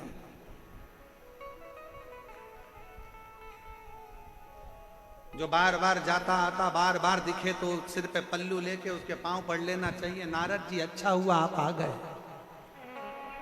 हमने आपका दर्शन कथा में तो कर लिया। पहचानना भारी, मुझे श्राप लगाए और तुम कहती मैं कथा को। किसका श्राप है? तो कहा दक्ष प्रजापति का श्राप है। ओ हो, शंकर जी के ससुर ने तुमको श्राप दिया हो।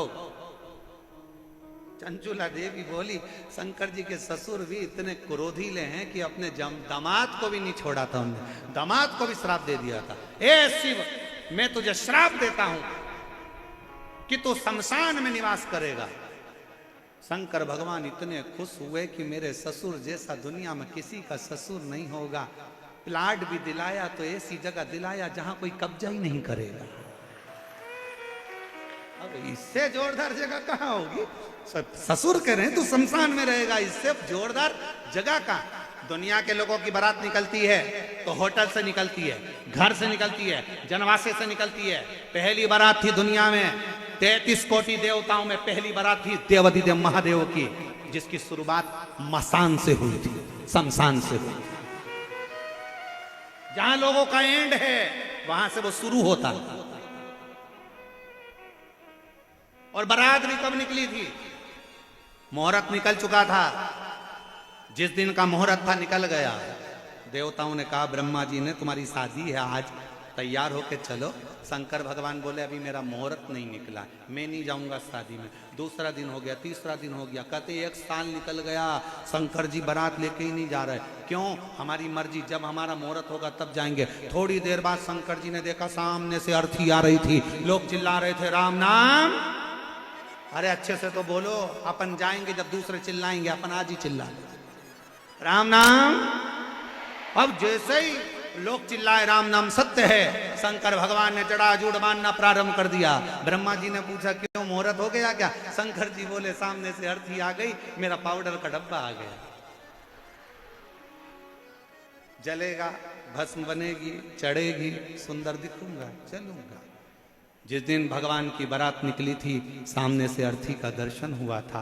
शिव पुराण कहती है स्वप्न में भी अर्थी दिखे और कोई अच्छा काम करने जा रहे हो तो सामने से अर्थी आती दिख जाए, समझ लेना कि तुम्हारा कार्य सफल हो गया,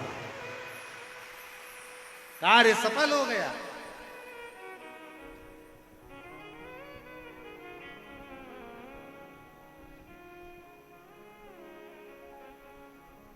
शिव पुराण कथा कहती है सेवा में लीन हो। घर में सास है, अच्छे से सेवा करो। जीवित है, उसकी सेवा करो। भर पेट भोजन कराओ, चरणों को प्रणाम करो, नमन करो। सास ससुर के अनुकूल रहो। जिस दिन अगर तुमने सास का कहना नहीं माना, सास अगर चली गई और जाने के बाद सास जाने के बाद तुमने उसको तंग कर कर कर अगर भेज दिया तो बदला लेने के लिए वापिस आ जाए। और रात को तू कितने भी चैन से सो, तेरी छाती पे चढ़ के बैठेगी कमला उठ, और कमला फिर बाबाओं के पास जाती फिरेगी, मेरी सास दिख रही है, सास दिख रही है। फिर निवेदन है,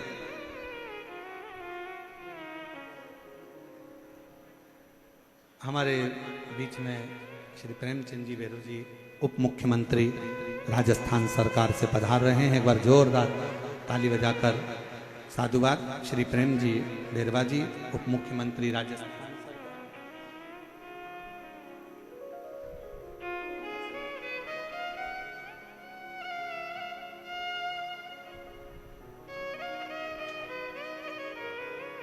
एक बार जोरदार ताली बजाएं माननीय उप मुख्यमंत्री राजस्थान सरकार श्री प्रेम जी बेरवा।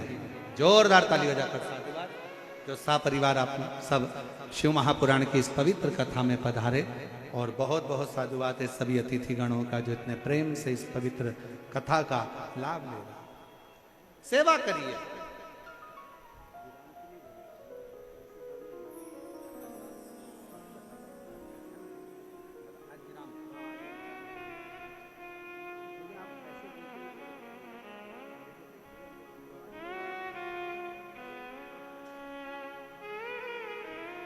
शिव तत्व शंकर, शिव महापुराण की कथा और जीवन की सुखता, जीवन का आनंदता वही है जीवन। शिव कथा कर रही है, शिव महापुराण का चरित्र कर रहा है। चंचुला देवी बड़े आनंद के साथ, भाव के साथ में नारद जी से प्रार्थना करती है। नारद जी ने कह दिया कि तुम एक काम करो कि कथा मैं तो नहीं कर सकता क्योंकि मुझे श्राप लगा है, तुम कथा एक काम करो, तुम रुका जी के पास जाओ, तुम रुका जी, तुम रुका। ठीक है, चंचुला देवी तुम रुका जी के पास पहुंच। कहां मिलेंगे तुम रुका जी? तो कहा जहां पर शिव नाम लिया जाए, भगवान शंकर का जहां गुणगान हो जाए, शिव नाम का उच्चारण जहां हो जाए, वहां तुमरुका जी मिल जाएंगे। तुमरुका जी के मिलने का स्थान ही शिव तत्व है, शंकर का नाम, शिव उपास्य, शिव उपास्य।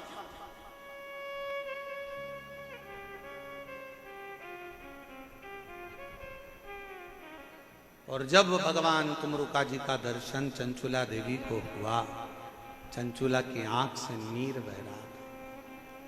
कहा, प्रभु मेरे पति प्रेत योनि में पड़ा हुआ है और मैं कैलाश की वासी हूं।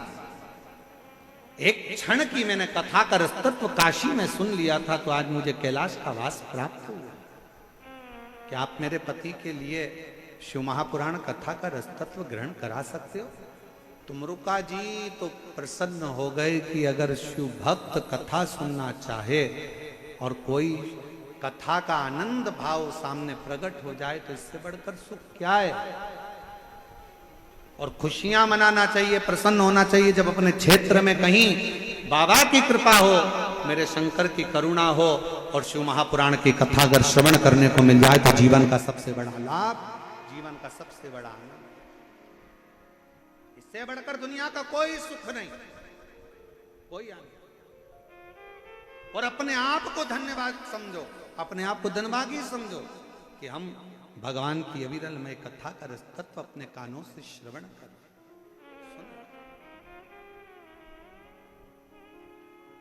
चंचुला देवी, विनय, आप क्या कथा श्रवण करा दोगे?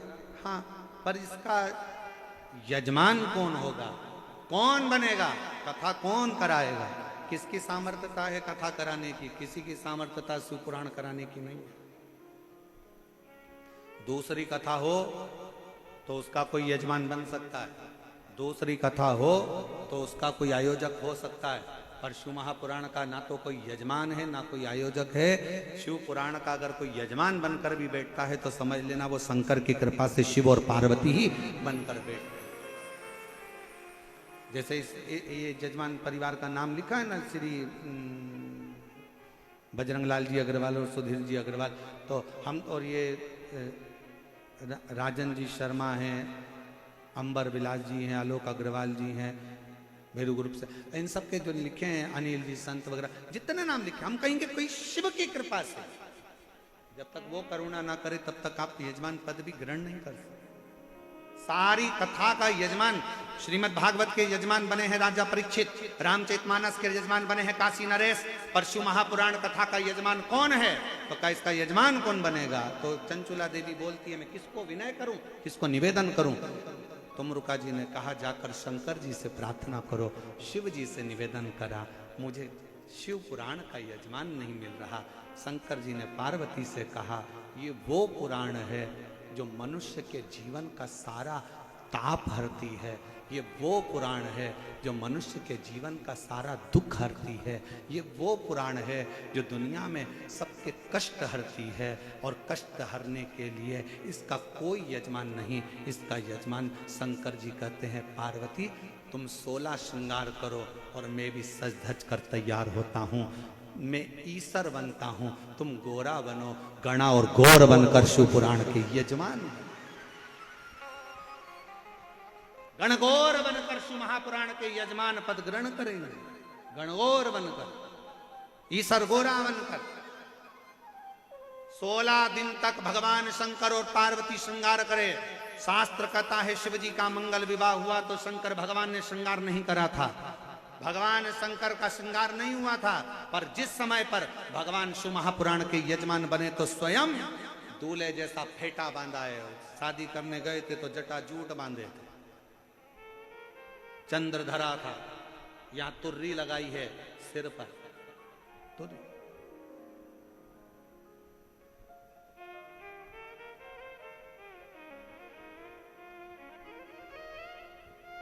सुंदर चरी वाले कपड़े भगवान शंकर ने धारण करे, हाथ में कड़ला, पांव सुंदर कड़ा, अंगवस्त्र सुंदर हैं, गले में सुंदर सुंदर हार धारण करे हैं, मोतियों की मालाएं धारण करिए, कनों में जहां बिच्छू पहनते थे मेरे शंकर महाकर्ण फूल धारण करें, मस्तक पर सुंदर तिलक है। और मेरी माँ जगत जननी जगदम्बा दुर्गा भवानी का तो श्रृंगार बखानना ही, श्रृंगार का वर्णन करना ही बड़ा कठिन है, बड़ा कि ओ मैया श्रृंगार तेरा लाल है, ओ मैया श्रृंगार मेहंदी भी लाल तेरा सिंदूरा भी लाल है, मेहंदी भी लाल तेरा सिंदूरा भी लाल है। ओ मैया चुंदड़ी का रंग लाल, ओ मैया चुंदड़ी का रंग लाल है। ओ मैया श्रृंगार तेरा, ओ मैया श्रृंगार तेरा, ओ महावर भी लाल तेरा हरवा भी लाल है, महावर भी लाल तेरा हरवा भी लाल है। ओ मैया बिंदी का रंग लाल है, ओ मैया बिंदी का रंग लाल है। ओ गोरा श्रृंगार तेरा लाल है, ओ गोरा श्रृंगार तेरा लाल है, ओ गोरा श्रृंगार तेरा लाल है। लहंगा भी लाल तेरी चोली भी लाल है, लहंगा भी लाल तेरी चोली भी लाल है। ओ गोरा तेरी गोदी में लाल है, ओ गोरा तेरी गोदी में लाल है। ओ मैया श्रृंगार तेरा लाल है, ओ मैया श्रृंगार तेरा लाल है। उसके श्रृंगार का क्या वर्णन करा जाए। 16 श्रृंगार मेरी माँ ने धारण करा है। शंकर भगवान 16 दिन तैयार हुए, श्रृंगार करा, इसलिए आज भी गणगौर 16 दिन की होती, इसलिए गणगौर 16 दिन की। कहते हैं दुर्वा माता और पिता का श्रृंगार देखकर प्रफुल्लित हो गई। आम के झूमर अपने आप में लज्जित होकर गिरने लगे। सुंदर सुंदर माँ का आनंदमय श्रृंगार का दर्शन हो रहा था। आज भी गणगौर की जब पूजन होती है तो उसमें दुर्वा और आम्र पत्र की महत्वता होती है। दुर्वा श्रृंगार दर्शन हो रहा है, चारों तरफ आनंद ही आनंद समाहित हो रहा है। जहां देखो देवता प्रसन्न हो रहे हैं। कहते हैं गंगा यमुना सरस्वती कावेरी सरयू मंदाकिनी नर्मदा जितनी नदियां हैं सब गरज गरज कर आनंद के साथ जब ईश्वर गोरा श्रृंगार करके निकले हैं तो गरज गरज कर जलवृष्टि के साथ उनके पलक पावड़े बिछाकर स्वागत कर रहे हैं। ऐसी गर्जना, ऐसा आनंद, ऐसी शिव तत्व शंकर ओघड़ी शंभु कथा करे, शिव महापुराण का चरित्र करे। चले 16 दिन का श्रृंगार है। श्रृंगार शिव जी ने जो 16 दिन श्रृंगार करा वो सनातन धर्म में, हिंदू धर्म में 16 संस्कार हुए हैं। और माँ जगत जननी ने जो श्रृंगार करा वो स्त्रियों के 16 श्रृंगार हुए हैं। 16। और मेरी माँ जगत जननी जगदम्बा अम्बा माँ गणा गौर से यही प्रार्थना है, माँ सबके सुहाग को अमर करिए और सबकी झोली खुशियों से भरिए।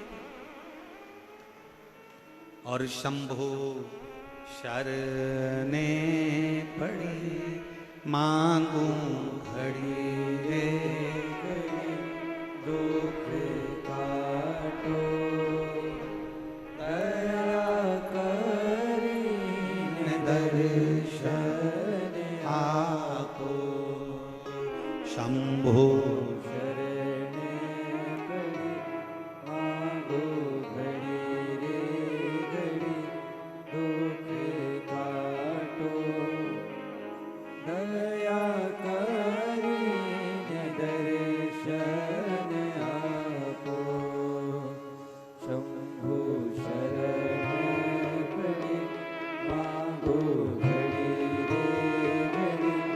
दुख हारो। ध्यान दें,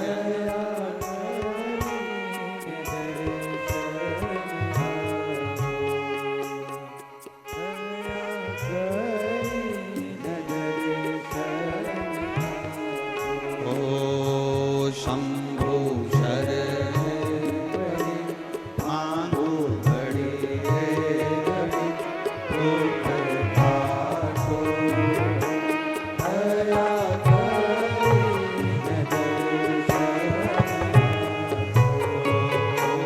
दया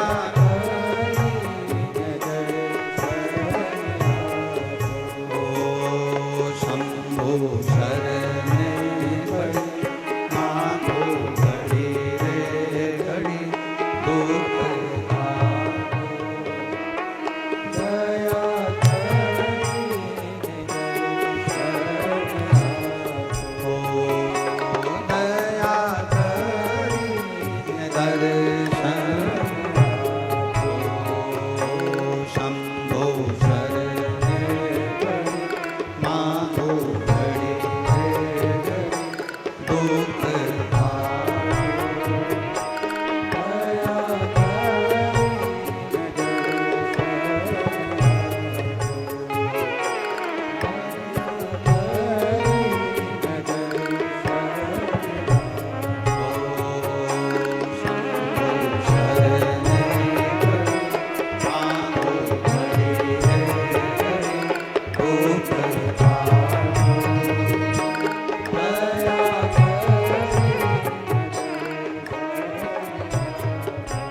भगवान शंकर और पार्वती ईश्वर जी गोरा जी बनकर सुंदर आनंद, जहां आनंद ही आनंद समाहित है। देवता पुष्पों की वृष्टि करते हैं, गंधर्व गान करते हैं, अप्सरा नृत्य करती है, चारों तरफ आनंद समाहित हो जाता है। भगवान ईश्वर गोरा जब सम्मुख में आते हैं, ऐसी शिव कृपा भगवान शंकर की अविरल भक्ति। ईश्वर गोरा शिव महापुराण की कथा चल रही है, जिसका आप और हम आनंद ले रहे हैं।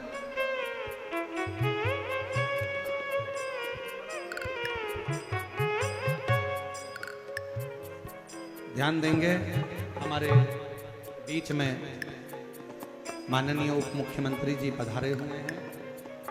एक सूचना आप लोगों को देना चाहेंगे कि जो कथा 7 दिन की जयपुर में होने वाली थी, वो कथा आज तीसरे दिन ही पूर्ण तरह से विराम दी जा रही है। तो भीड़ बहुत ज़्यादा है, संख्या बहुत ज़्यादा मात्रा में है, साथ में बीच बीच में हवा आंधी भी है, और व्यवस्थाओं को भी देखते हुए इसलिए ये कथा जो 7 दिन की जयपुर में होने वाली थी, उस कथा को आज यहीं ईश्वर गोरा के सुंदर प्रसंगों पर विराम दी जाती है। आप सब 3 दिन की कथा श्रवण कर कर ही अपने अपने घर की ओर, गंतव्य की ओर जाएंगे। और अगली कथा जो 11 मई से चालू होगी, झारखंड की पवित्र धरा से, गुमला से, उसका समय 2 बजे से 5 बजे तक रहेगा। जिसको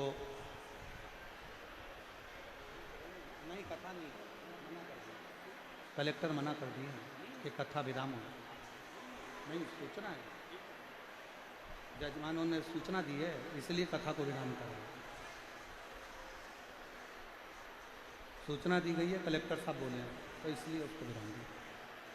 शिव कथा भगवान शंकर पार्वती का सुंदर आनंदमय स्वरूप हो। मैं निवेदन करूंगा, हमारे बीच में उप मुख्यमंत्री श्री प्रेम जी बैरवा जी पधारे हैं, उनसे निवेदन करूंगा 2 शब्द आपके आशीष वचन के रूप में सभी शिव भक्तों को प्राप्त हों। हमारे बीच में एक बार जोरदार ताली बजाकर स्वागत करिए श्री प्रेम जी बेरवा जी।